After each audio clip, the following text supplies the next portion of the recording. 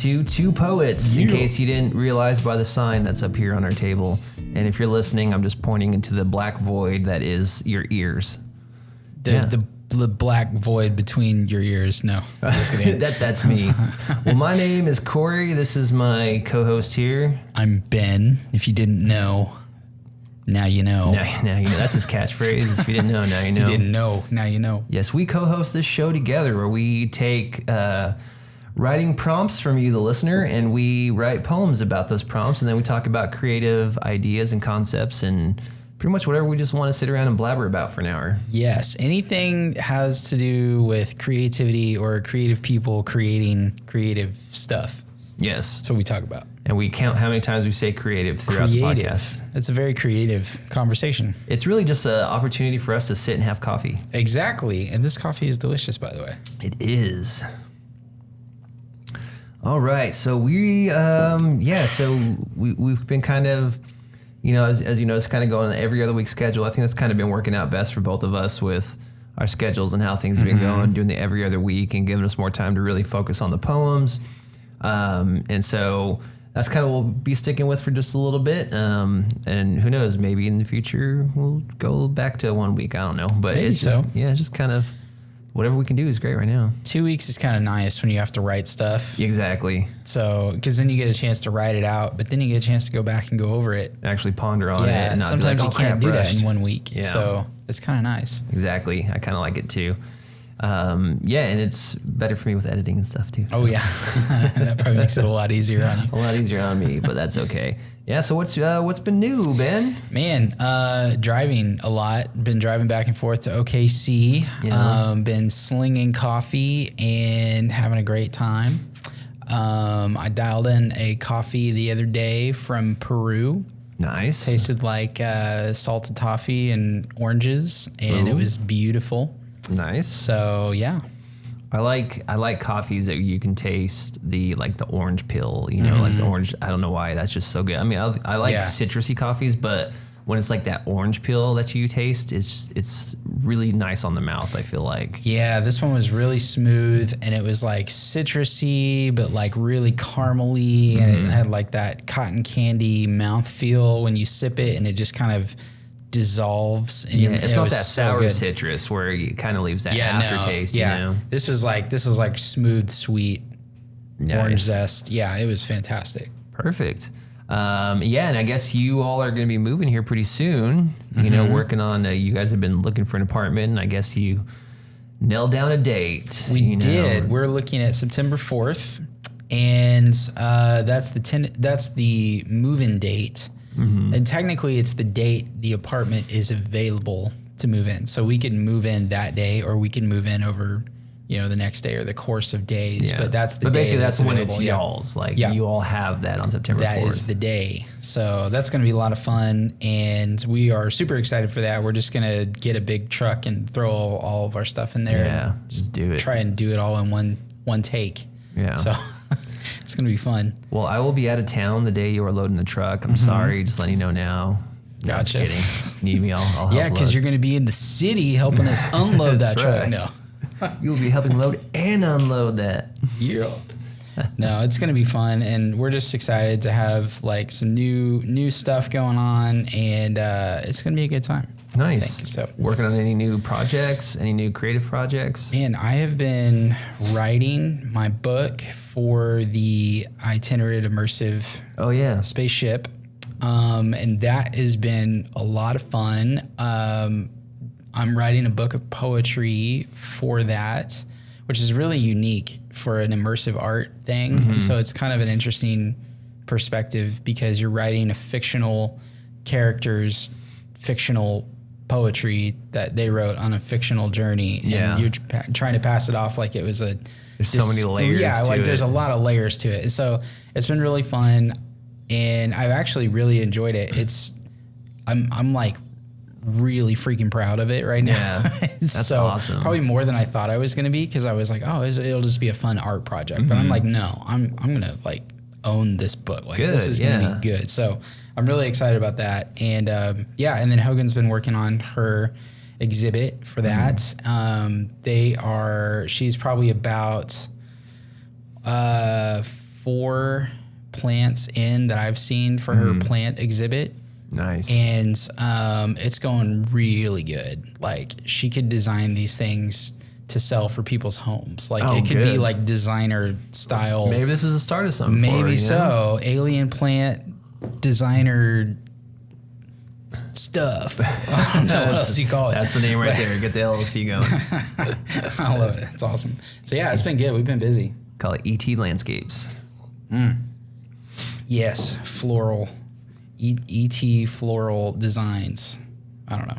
Something like that would be good. Sweet. Well, glad to hear things are going well. Yeah. What's up with you, man? Let's Nothing see. new, right? Oh, no, never do anything new. Let's see. So I started playing a lot more music lately. Yeah.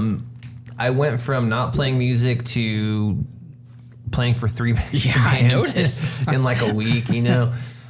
So this last Saturday, me and 2 other guys in town got together to do a Blink-182 tribute night. Heck yeah. We called ourselves Drink 182, and we learned how to play 17 different Blink-182 songs for a night. And we packed the place out. Yeah, you But did. unfortunately, it was outside, and it rained, and we had to cancel the show halfway through. Dude. Because the rain just got so bad. But it was amazing. So many people showed up, and we're just singing along. We're just having fun, and then we even played a couple songs in the rain before we were like, okay, we don't want to destroy all this equipment. It's like the most Blink-182 thing ever just destroy all your equipment for one more song. Like, yeah, it's fantastic. But it was great because like this was an idea 2 years ago, I think. My buddy Justin and I we talked about. He was like, hey, we should totally do this. And then like 2 years went by, and it's like, okay, now's the time. Let's do this. It's like, all right, let's do it. I love it, dude. And then I started playing bass for a songwriter who lives in town. He's an amazing songwriter. Like, talk about poetry and music. Like, this guy, Riley Jansen, he's amazing. And we'll have all these links in the descriptions for like Itinerant Immersive, Riley Jansen, all these guys. Yeah. So you can go check out what we're talking about. But he's an amazing songwriter, and I've been friends with him forever. And my buddy Duncan, who lives here now, I've been friends with him forever. And so he's like, hey, you guys want to be my backing band? We're like, yes, we do. Heck yeah. We're not even going to think twice about that. That's awesome. So we've been practicing with him, and we actually have a show tomorrow night, which at the time of this recording, tomorrow night is the 17th. Nice. Yes, 17th. So yeah, August 17th. So we have a show tomorrow night. We're only doing like 4 songs because it's a kind of like a songwriter showcase night. Yeah. Here in town called Turpentunes. So we're only going to play like 3 or 4 songs at the end, but it'll be our first time playing in public together. That'll be fun too. And that's the new renovated Turpentune. Yeah, our local community theater here, they have a little side theater where they do like dinner theater stuff, and So cool. the renovation is super awesome. And this is like one of those places where you go to listen to music. Like, you're not going to go chat and whatever. Like, you're there to sit and watch and listen to the songwriters talk and play music. So I always loved Turpentunes, even before like the renovations, because it is just like this tiny little intimate space. Mm-hmm. Just like, 8 tables in there, and people just cram in there, and spotlight on a stage and a guy with a guitar, and it's just like, it's so much fun, and it's so beautiful. So I'm really glad you guys are doing that. Yeah, it's going to be great. And we're playing full band. Normally it's just like, people acoustic and stuff, but we're playing with a full band, and it'll be fun. But yeah, I've been doing that, and then we're getting closer on the immersive art project. We have Sam Reese from LA flew in to install their artwork in the spaceship. They're doing the Captain's Quarters. Mm-hmm. It's a teenage girl captain who is piloting the spaceship art exhibit that we're doing. And so she's creating the persona of this teenage captain. And so they're designing the captain's quarters and everything, and it's really awesome. It's like early 2000. They're modeling it after Y2K, so it's like turn of the century, like things you would find in that era, So it's like super bright and colorful and all this weird stuff, but it's amazing. And so we're getting closer. We're hoping maybe September. What is it? Maybe the end of October, early November, have it opening up. So okay, awesome. That's the plan. Yeah, that's going to be so much fun. I can't wait for that thing to open. I know. It's been a year and a half of work to get this done. So you guys have been killing it on that thing, man. That's a crazy. lot of work. I mean, there's been a lot of like side projects and things that slowed it down and whatever. Mm-hmm. But yeah, it's been a year and a half in the making. So it better be amazing. Well, and there's like, 30 different artists? 24. I think 24. It's 24. 24 or 27. One of those two numbers. Yeah, from all over the place. All over, from New York to LA. That's so much communication. I can't, like, the fact that you guys have done it in the time frame that you've done it in is phenomenal. So, and yeah, trying to get schedules of all those different artists to come in and install and get all that done. But yeah, we're excited. We finally have the first artist there installing. Yeah. You know, now we're just going to go down the list. And it's going to be awesome. Yeah, it's going to be amazing. So that's what I've been up to. So pretty productive week. And yeah, I've been looking forward to this. I took some time on this poem, finished it yesterday.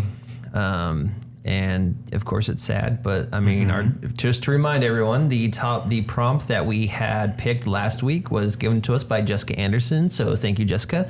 And the prompt was something that seems happy, but is underlying sad. So you know these poems are going to be sad. Yeah. So here is your warning up front. If you are in a happy mood right now and you do not want to be brought down by saddened poems, skip forward. Or if you've been very sad recently and don't want to continue being sad, you may want to skip forward. Yep. Or if you need a good cry and need to be in that space for a little bit, because it is healthy sometimes to be sad, then you're in the perfect place. Keep listening. It's actually funny because I wrote a few pieces, and after, like, they're all really sad, and after reading through them with Hogan, we got through the sad, and then we were like, felt lighter afterwards, and it was like we were laughing and joking and stuff. Yeah. Something about like going through the emotion of a sad piece, you kind of work through it, and then you leave the emotion there, and you go off and you feel better. It's interesting. But yeah, that was kind of our experience today. Very cool. All right. I think you went first last time, right? I think so. Yeah, I will go first this time. All right. Sweet. My poem is titled Feigning. We all know what feigning means. All right. So, something that seems happy but is underlying sad. This poem is called Feigning. I wear a smile like a badge to be displayed for the world to see. Happiness pours out for everyone but me. Glistening eyes concealing the pain, rainbows emerge from my tears like rain. I have passed so many people on the streets who would never know the sorrow underneath, the jokes that I have told. Each laugh holds a tear, each twinkle a sigh, a symphony of emotions soaring high. How long? Years that have gone by without an inkling of worry from you? But how would you know? You only see the surface, a distant view. Parties and gatherings and hugs and smiles while I lay in bed for hours alone and frail. Feigning laughter, joy's charade, hiding the tears that never fade. A masquerade of happiness feigned while heartache's song remains ingrained. Many heroes gone too soon that you would never know the truth of what was underneath, searching for proof of true happiness to raise the sadness, searching for a way to stop this madness. I wear a mask of happiness so fine, but beneath it all, the pain is mine. A fragile act, a role I play, concealing the truth in the light of day. I think we're all guilty of feigning. Yeah. Yeah. So when I was thinking about that topic, I was like, well, I mean, I feel like that's kind of a human thing that we do too, is a lot of times we put up that, hey, yes, everything is great. I'm happy. Yeah. Yes, things are awesome. But then, you know, there's something to understand. So actually the inspiration of this was actually like Robin Williams. You know, and just like a great example of why would someone so happy and so cheerful, making people cry, have all these demons on the inside, you know, that no one knows about. And so that was kind of like my inspiration for writing that was like, well, we all kind of, you know, you never know what's going on underneath. The happiness is always here, but underlying there's sadness. And so that was kind of the... Talk about a facade, man. Yeah. Gosh. Hit me with the Robin Williams, man. I know. That's crazy. I know. That was good. Okay. I wrote this about, I don't know, 2 hours ago. I don't have a title for it yet, but I think I would call it Arts and Crafts. Cool. I'll just call it that real quick. So let me type that in here. Arts and Crafts. All right. And this is actually more of a short story than a poem, so here we go. Thomas loved arts and craft time at school. He loves getting his hands dirty with paint and squishing clay through his fingers. Today is especially fun because he gets to work with beads, macaroni, and glue. He is making a gift for his mother. He takes his time picking out the beads he knows she will like. The purple ones have a slight sparkle to them, and the green ones are very shiny, with small gold rings around the center holes. He works diligently, laying them out on the small metal picture frame, making sure they will fit the way he wants. Then one by one, he applies small dots of Elmer's glue and begins adhering them to the frame. This is fun, especially when things work out the way he wants. His mother is going to love it. She always let him do arts and crafts at the kitchen table, and she would teach him how to mix and match colors. Whenever he would get upset that something didn't work out, she would tell him it's okay, art is not about perfection. It's about creating with what we are given. Then she would show him how to turn a mistake into a masterpiece. He finishes gluing the last piece of macaroni onto the frame, and then the last colored bead. She's going to be so proud of him. Later that day, as he walks home from school, he takes his usual shortcut through the field behind their house. He always comes home this way, so that he can surprise his mother and say hello. He trudges through the grass that is almost up to his waist, until he arrives at the big oak tree not 30 yards from their house. Then he stops and kneels down by the large headstone at the foot of the tree. "Hi, Mother, I brought you a present," he says, opening his backpack and pulling out his craft. He stands up, holding it proudly for her to see. It's the frame he made with a picture of himself from the school picture day. "I remembered how much fun we had making macaroni art, and I knew you would want a copy of my 3rd grade picture, so I put them together for you." He kneels back down and rests the frame against the stone. "I miss you and me making art together, but this was a lot of fun to make for you. I'll make you one every year if you like." "Tom?" His dad's voice calls from the house. "Be right there," he calls back. "I gotta go. Bye, Mother. I'll see you again tomorrow." Oof. Way to just like arts jab and crafts. That. Way to just like jab that last second. Ugh. Yeah, that was a nice like little twist right there. Yeah. Man, yeah, there was I was kind of thinking of like, God, it was so hard because it was like, you got to do something that sounds fun. Mm-hmm. What can be like something that sounds fun that's actually like a believable thing? Because you could write about, like I wrote one thing that was like about someone going through a breakup and they were supposed to go over to a friend's house and they have a party and it's underlyingly sad, you know, all that stuff. And I'm like, okay, well, whatever. And then, there was one about a guy who was, diagnosed with a terminal illness. And so he threw a one last party and then he went into the bathroom and, unalived himself, and all that crazy stuff. And I was like, okay, that's depressingly triggering and sad. I don't want to read that. So I was like, okay, what can we talk? So I was talking with Hogan and I was thinking of, like how to do something. And I kept thinking of the scene from, Forrest Gump, where at the very end he's standing at the gravestone talking to Jenny and talking about their boy, and I was like, oh, maybe I can do something like that. So yeah, so that was basically where that came from. Crazy. Well, good job on that. The storytelling was great on that, and it's funny because like I almost did a poem about a boy as well. Yeah. But you find out he's actually a ghost. And everything he's been interacting with and having fun with, you find out never interacts with him, and it's just like, oh, dude, bro. So I almost went with something like that, but that would have been sick.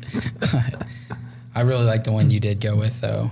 Yeah, it's very, very relatable for sure. So yeah, this was fun. Air quotes fun. Fun. Just kidding. Emotionally taxing. Whatever. But yeah, thanks, Jess. That was a good. Yeah, thanks so much for the prompt. Don't forget, if you want to get your prompt on the show, just email us at TwoPoetsPodcast@gmail.com or hit us up on Instagram, TikTok, and yeah, send your prompts in. And it might make the show, which it most likely will, because we're going through the list pretty quick. Yeah. No, we love writing these. We love challenging ourselves, and eventually we'll collect all these into a written form that we can share with others. So we're super excited about that. But thank you for the prompts, and I guess we should probably move on to the next segment, which is, how do we make money from sponsors? No, I'm just kidding. Not that segment. That's a different show. That's something we're still trying to figure out. No, so this week we kind of want to talk about something, well, not really different, but something that may affect us in the future, and pretty much all creative people in the future. And that is, I know we're kind of late to the conversation on this, very late to the conversation on this, but let's talk about artificial intelligence and AI in the creative verse. Chat GPT and such. And exactly, et cetera, et cetera. Hogan and I call Chat GPT, we call it Charlie. And then we're like, hey, let's just have Charlie write something for us. And that way you don't have to constantly say Chat GPT. And then you can have conversation in public, and people are like, if they hear you talking about Charlie, they don't care, So yeah, with me, you're like, Chat GPT. Speaking of Chat GPT, I had Chat GPT, aka Charlie, write something for us tonight. Based on the prompt? Based on the prompt. Yeah. So I gave this artificial intelligence machine, this Google machine, the same prompt and had it write a poem for us. So since we're going to be talking about AI, let's put it to the test. How well does this write poetry? Which, from doing some reading online, the poetry's getting really good from ChatGPT. But anyways, okay, so this was the same prompt that we wrote our poems on, and this is the computer version. Okay. In golden fields where laughter blooms, a tale of joy yet tinged with gloom, a child's laughter fills the air, but shadows lurk, a silent snare. A carousel spins round and round, delightful melodies resound, yet hidden tears they softly fall behind the painted masks so small. A lover's touch, a tender kiss, a moment's bliss, a stolen wish. But whispered doubts they start to creep, a love that's strong yet doomed to weep. A vibrant sunset paints the sky, a breathtaking sight, oh how high, yet as the colors fade away, a melancholy heart will stay. A gentle rain, a soothing sound, cleansing tears upon the ground, but in each drop a sorrow's trace, a longing for a warm embrace. A happy mask of fragile guise, concealing pain behind bright eyes, for in this world of joy and cheer, sadness lingers always near. Dang, Chat GPT. They took our jobs. Taking our gerbs. Charlie. That's crazy, dude. Hogan and I dropped a prompt in there once. This was a long time ago when the first time we heard about it, and we were like, write a poem about something. And it was like the cheesiest whatever poem. And so that's like improvement. Yeah, that's seems like it's come a long way, Dang, I feel like it didn't do terrible of a job, No. I mean, obviously it's more of a it's very broad, in the sense of, instead of picking like a specific something that's sad, so it took kind of a few things and melded together. Sadness in general. Yeah, it's more sadness in general, but talked about mask and concealing tears and things like that. So it kind of took the prompt seriously a little bit. So that was pretty good. It mentioned a carousel. Yeah. Dang. Using big words and broad terms. Awesome. So that is the state of poetry with ChatGPT and artificial intelligence. So I didn't do a whole lot of research. Well, I don't want to say research, a lot of reading on things, because I kind of just wanted us to talk about open from our experiences and what we think is going to be. But a lot of what I was reading and looking through was just like, it's like a lot of people are pretty amazed at how well it does with poetry. Yeah. Which, I mean, it kind of makes sense, because what is poetry but art that's meant to be interpreted? Or it's very specific, but a lot of times when people write poetry, the way I read it and I see it and relate to it is going to be way completely than what you read from it and relate to it, and interpret it. We're going to have our own definitions of what the poet was saying sometimes. And then there's sometimes where it's like, no, this is specifically what the poet was talking about. Yeah. And so I think that's one of the reasons why it's doing so well in the poetry world as AI, is because of it can be broad, it can be left to interpretation. Have you looked at all, are people actively using it for poetry? Or is it just apparently, yeah. Dude, that's crazy. I mean, I don't think it's a wise idea to write a whole book of artificial poetry and try to sell it off. Yeah. You know, you're probably going to get really frowned upon or, blacklisted for doing something like crazy. That. But I don't know how much of the human element can you take out of poetry and it still be moving or relatable. Yeah. You know, and that's the thing. Yeah. It's like, will you feel something from it? You know, I don't know. I mean, can AI connect with you on an emotional level about something that you have experienced before when it isn't capable of experiencing emotion? Yeah. You know? Exactly. And you got to think, like, how do these machines learn how to write, right? They start by giving it loads of information from books, loads of information from people who sit there. They'll look at a prompt that it gets and then they'll correct it and be like, no, ChatGPT, when this happens, you know, you have to start thinking about it this way. You know, you're training the AI mind, you know. So technically humans are feeding this thing, you know, and it's learning from human writing. But yeah, like how much of that, you know, is because when you're writing poetry specifically and like music and stuff, you're like, there's a lot of emotion behind it. And there's like, you feel that, especially when like the poet's reading it, you know, or you're listening. It's like you feel what they're talking about. But then again, there's been things I've written before and someone else has read them that I've never met, and they completely like took it a whole different way than what I meant. Yeah. And they were touched by it. I'm like, really? You know? So, I mean, like someone I'm sure could read something from an AI and be like, oh my gosh, I relate to that, because it was so open to interpretation. They're like, that's me. You know? Yeah, that's true. And you can ask AI to write in any style. Like you can tell it to write a love poem in the style of Bukowski and have it be as like simplistic yet moving. And that's true. You could do that. I guess it comes down to, is everything now formulaic to the point that anything, if you have the right formula, you can write a moving piece without having to generate any emotion personally? Or is it all like, you know, you could just tell AI to you follow this formula, write this thing about this topic, and it's going to do it. Is that going to eventually outshine human art, you know? Yeah. I don't think it ever will, but it's scary how close it can get, you know, because like you're saying, you can literally tell it to be like right in the style of Shel Silverstein, you know, or whatever. And it will do that, but you can also tell it right in this person's style, but with the rhyming scheme of this person's style, and it'll blend both those together, you know? And so I think it's just gonna get very close to where it can be deceiving, you know, but I don't think it'll ever, well, at least I hope it doesn't ever get rid of the human element, you know, in poetry specifically. Now there's a whole other can of worms with like, you know, the writing industry as far as like writing for TV shows, you know, with a whole writer strike going on right now, because they're talking about using that to kind of write episodes, you know, and obviously they're not looking at it to write full episodes, but mainly starting points. Yeah. And, you know, kind of makes sense. But at the same time, it's one of those things too. It's like, but it doesn't have that human element of understanding why we need it this way or why we need to try this starting point, you know? It's more just like, give us 1,000 prompts and we'll go for something. Well, and then it's like, where do you draw the line? Because if it gets to the point where it could write a pilot episode, and then it could sell a show because of that,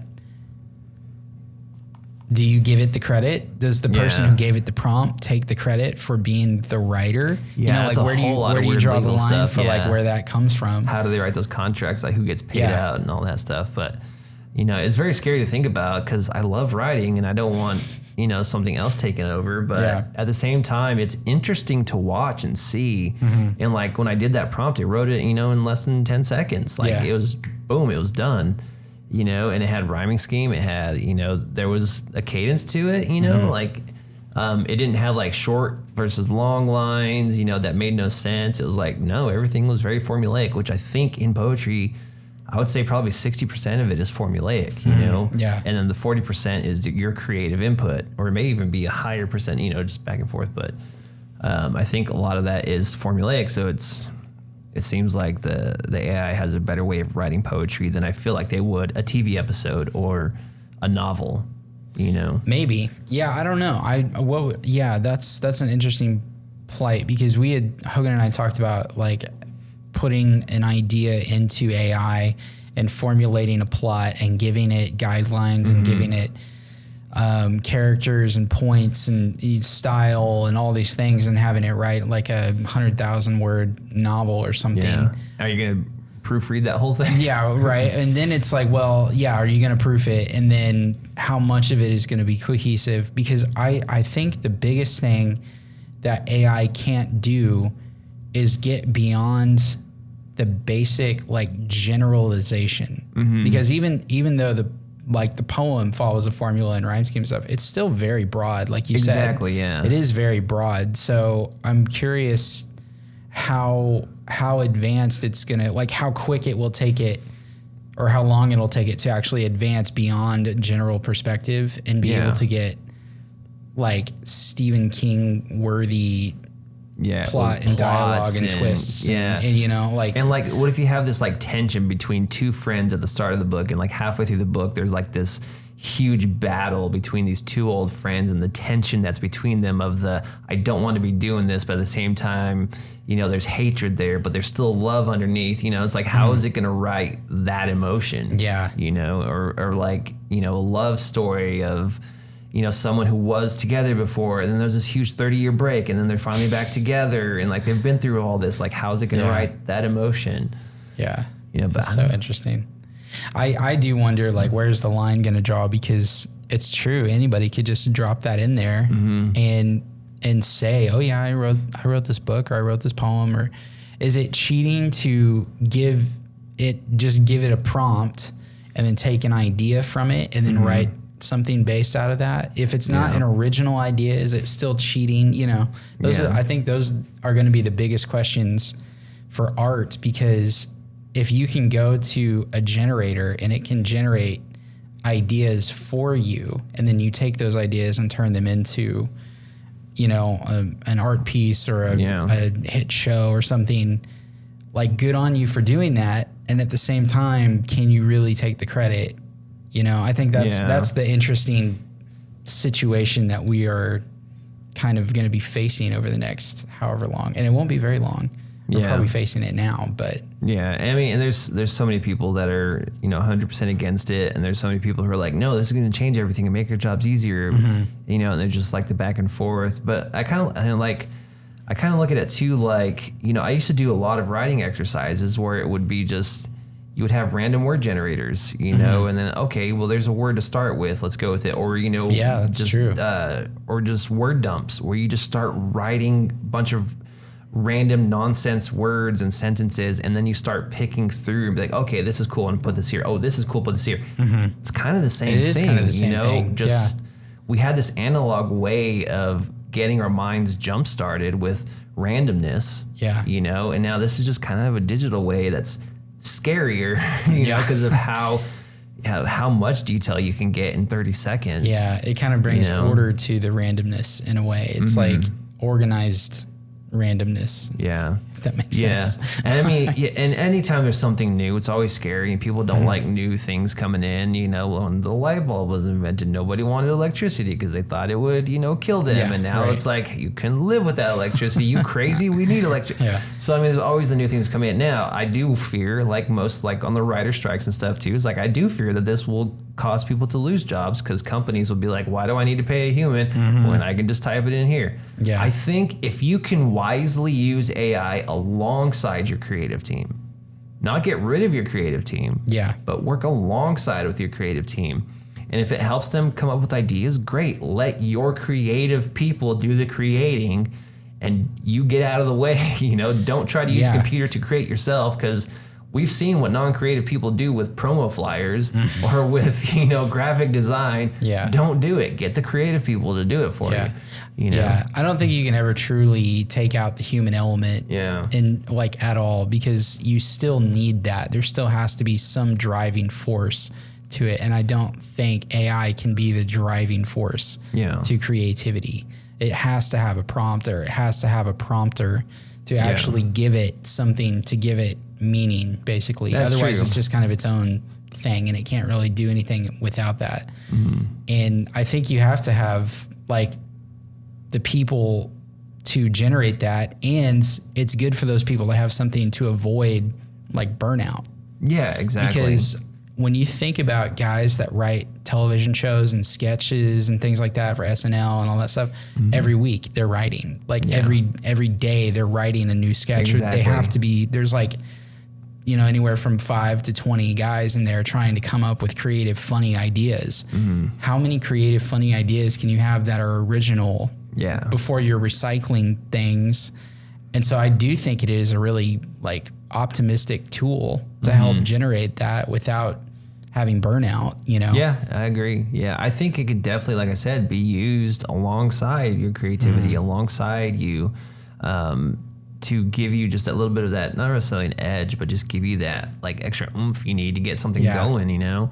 Like, I think it's healthy to use the tools that we have in this world to help us, as long as you're not fully relying on those tools, because then it's not you. You're not the creative one anymore. That tool is a creative one. Yeah. You know, you use the tools to help you out. You know, you don't just let the tools do all the work. For sure. I don't think you could fully rely on it. Anyway, because it would be so cookie cutter at some point. That's the thing, Yeah. Like the people that I see using it the most are people that are generating their online business. And so they're creating very broad online statements. stores or Etsy shops, or, you know, they're doing all kinds of stuff, and they're not going to write all the copy for every single item they're selling or all the ads they're putting out. Like, there's so many plugins now for your Shopify store or whatever that's like, click this button and this generative AI will have your whole store done for you in less than a minute. And it's like, well, and if you run any type of online store and you use like Printify, you can have dozens of items in your online store. Oh yeah, in a day. You've got to write descriptions for every item. You know, you're not going to sit down and type out every description, you know, so it's a practical tool. I don't think it can ever like replace humanity in that sense. I'm just curious about like someone taking credit for something that AI did, and I'm curious of what that would look like. Because I can see that being weird. Somebody like generates a bestseller or like a piece of digital art or something, and it goes for millions of dollars, and that person takes the credit, you know, and it's like, okay, well, you didn't really do that. Yeah, you technically didn't write this. You used the tool to make it. Yeah, and what do you do? I mean, does that person just say, hey, you know, good for me, I did this? Or I need to look deeper into that, like look into like the on the website and stuff, and see if it says somewhere on there that's like, well, because obviously they promote you can use it for like doing stuff for your stores and stuff. So I would feel like it's free. Like if you use it, see, I don't know. I don't know how that's going to work. So you can't use it for school because it's plagiarizing. You know, well, is it technically plagiarizing because it's new information and you're not lifting it from like I think actual eventually text? It will be, because they're going to have to do something about it, because I mean, if you are like graduate, you wouldn't do this, because if you're doing all the work to graduate with a degree, you're not going to throw it away just to have AI write whatever. But like if you had a thesis that you had to write and you had no idea what your topic was going to be, because everything under the sun has been covered, and AI is like super new, and you tell it to write a thesis and it does, and then you turn it in and you actually pass and get a good grade, and then you get your doctorate or whatever. Like, what do you do? Do you take that thesis? Do you take that degree away from someone if you find out? Like, how do you go through the protocol of actually doing that, and let alone finding out? You know, it's so interesting. Yeah, I feel like in the next 10 years, we'll probably find the answer to that. There's probably going to be so many lawsuits and stuff going on. There's going to be like AI lawyer bots that are going to be like generating new. There's going to be people suing other people who'll be like, I gave you that idea as a joke and you typed it into ChatGPT and you used that and sold it. I gave you that idea. You know, there's going to be stuff like that. It's so crazy. There's going to be like robot lawyers like going around just writing law for online artificial intelligence. RocketAI.com. So I mean, I don't know how that's going to go, but I don't know. Just like with everything else, it's meant to be a tool. Use it as a tool, but don't use it as like your main source. You know, and I feel like there can be a healthy balance with AI and a creative person, because we use tools all the time. Like when you're writing a book, what is that, Scrivener? Yeah. Or is that what it's called? No, not Scrivener. No, those are artists. Yeah. I know what you're talking about, though.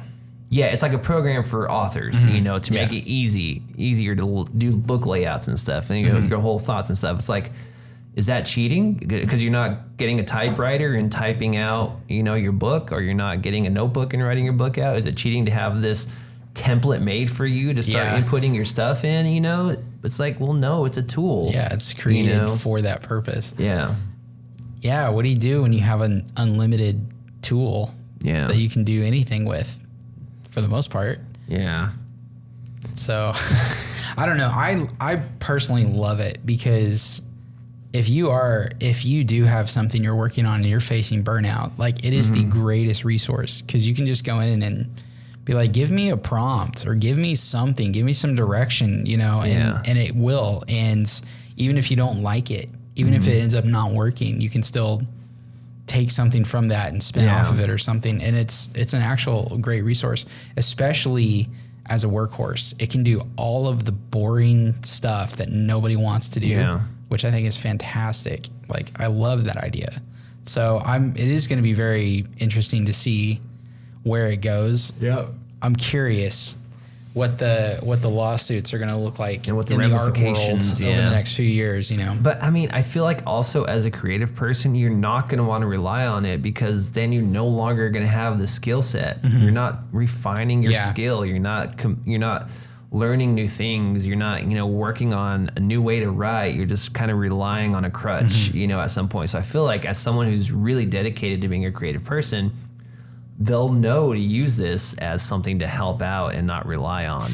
Yeah. You know? I think your conscience would catch up with you after some point, unless you just find a way to make it work really fast, and then you're making money and you don't care. But the biggest issue we're going to need to all do as creatives, so everyone that's a creative person, writers, whatever, you know, we need to come together and tell all these dumb CEOs and corporate leaders, you need people still. You can't rely on this to do all the work for you, because first off, you're not a very creative person, and you're going to try to do it yourself or hire some nut job for cheaper to run it for you, and it's going to be terrible. Good luck. Yeah.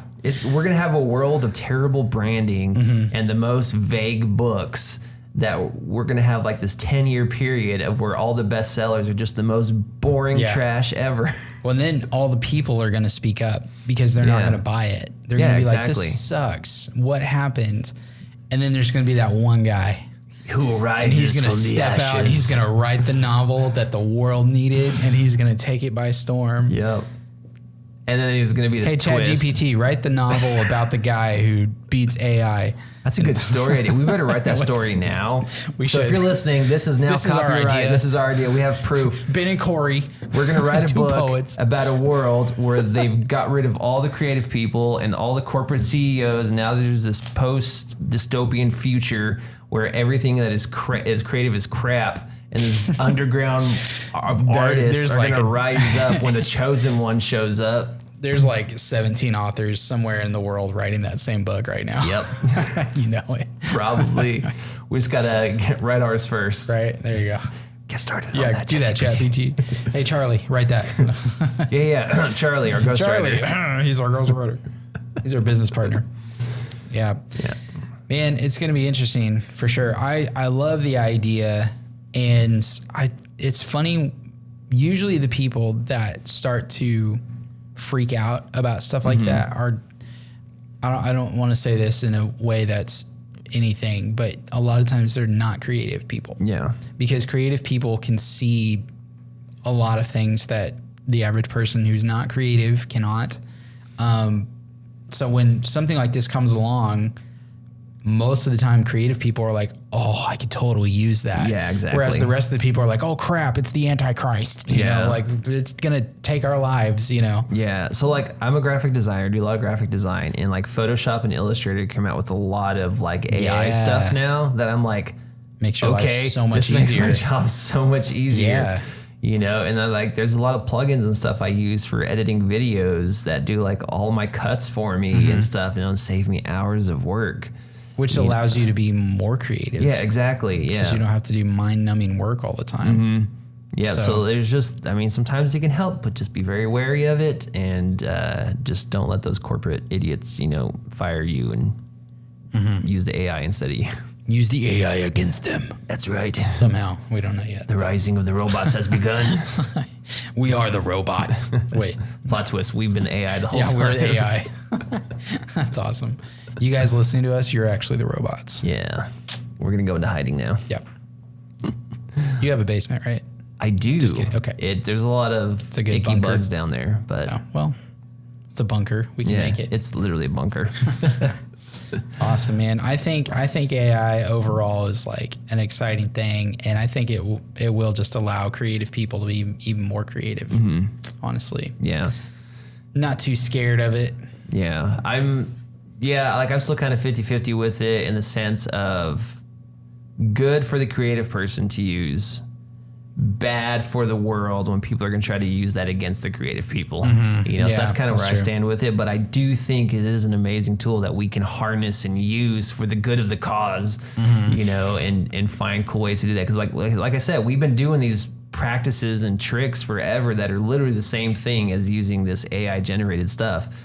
You know, it's just a matter of just a different form of technology. So yeah, so I don't know what you all think. What do you all think about AI? You should tell us. Yeah, please let us know. Drop a comment in the little thingy below. You know how those YouTubers say, you know, drop us a comment.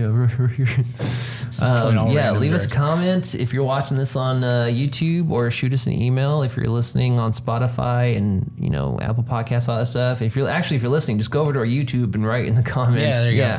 What you think? How do you feel AI is going to, you know, mess with the creative person? Is it good? Is it bad? What are your thoughts? Were we just totally off the mark and just saying terrible things tonight, or were we making sense? Yeah, let us know what you think about that. And as always, you know, give us a rating. We love it. I've seen y'all rating us on Spotify. I appreciate that. Yeah. You know, rate us on Apple Podcasts, Spotify, all that great stuff, because that helps get our show bumped up. And if you're watching on YouTube, share this with a friend who's a creative person that might want to watch, because we love meeting new people. Thank you all for the great comments that I've been seeing lately. Really appreciate that. You want to leave the people with anything else, Ben? You got anything else you want to say? I don't think so, man. I think we said a lot of good, solid stuff. Oh, we got to pick advice. our prompt for next episode. Yeah. I was about to be like, bye, everybody. See ya. Peace out. But yeah, I forgot we got to get a new prompt. All We're right. doing 1 through 10 still? 1 through 9. 1 through 9. Oh, 19. Not 19. Did you get a number? Number 6. Oh, number 6. Oh, crap. This is someone who's given a prompt before, is Chrissy Giuliano. Nice. The prompt is, what an iPhone may dream about. Oh, interesting. That is interesting. It's going to dream about my butt because it's always in my back pocket. That's where you dial. All right. What an iPhone may dream about. This could actually be pretty fun. Interesting. An iPhone named Charlie. Charlie. All right. Charlie and Siri having a love affair. Ooh, there you go. I like it. Oh, tune in, I guess, next episode to find out about Charlie and Siri. To hear what we write about. No, but thank y'all so much for listening. I appreciate that. Don't forget to share this show with a friend. As always, I'm Corey. I'm Ben. We'll see you next time. Peace.